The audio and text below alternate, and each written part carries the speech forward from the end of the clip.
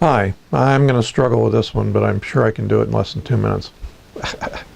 Okay, so the story is very simple.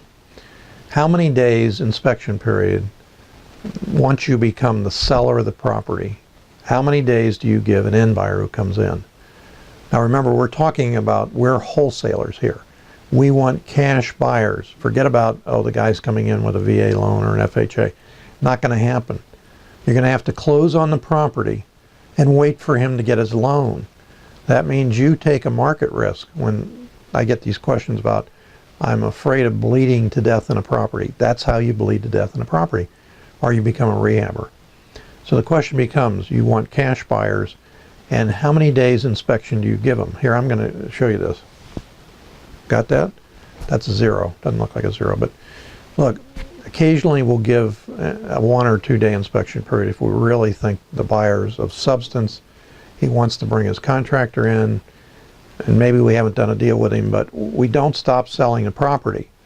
Oh, by the way, he's the only buyer. That's why we've given him 1 or 2 day inspection. Until a contract is signed with an earnest money deposit, you haven't sold the property. I used to have a partner who said to me, my word's my bond. And when somebody calls me, I say I'll sell them the property. I stand up to my bond. I said, okay, good. The problem with that is that can be very, very expensive. Lo and behold, probably within 2 days, somebody calls up as soon as the property went out, said, I'll pay you whatever you're asking for, $100,000. Okay. So what did he do? He said, not a problem. There you go.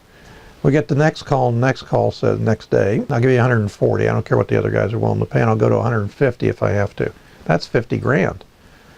So my partner says, what do I do? And I said, hey, your word's as good as your bond.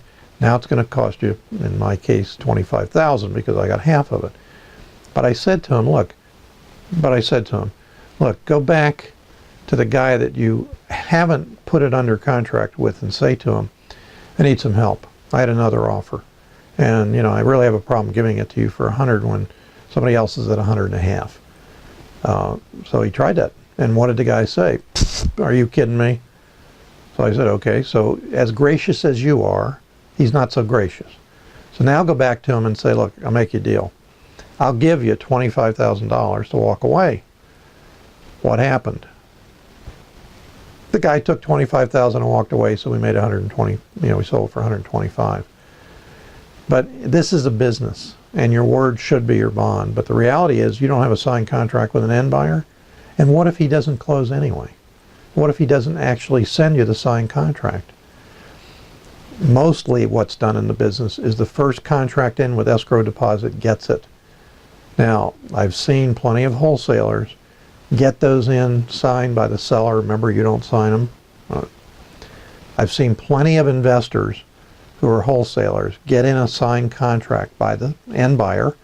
They didn't sign it, so it's not a valid contract yet, with an earnest money deposit, and they wait to see what happens, a day or two. End buyer's calling, did you sign? Did you sign? I'm working on it. Ultimately, a higher contract comes in. What do they say? My funding partner told me to take the higher offer. It's just good business, nothing personal. It's like a drug dealer shoots somebody and says, nothing personal, it's just business. Well, it is just business, but your credibility is also important. So look, do unto others what you'd like them to do unto you. That should be a mainstay of your life as well as your business.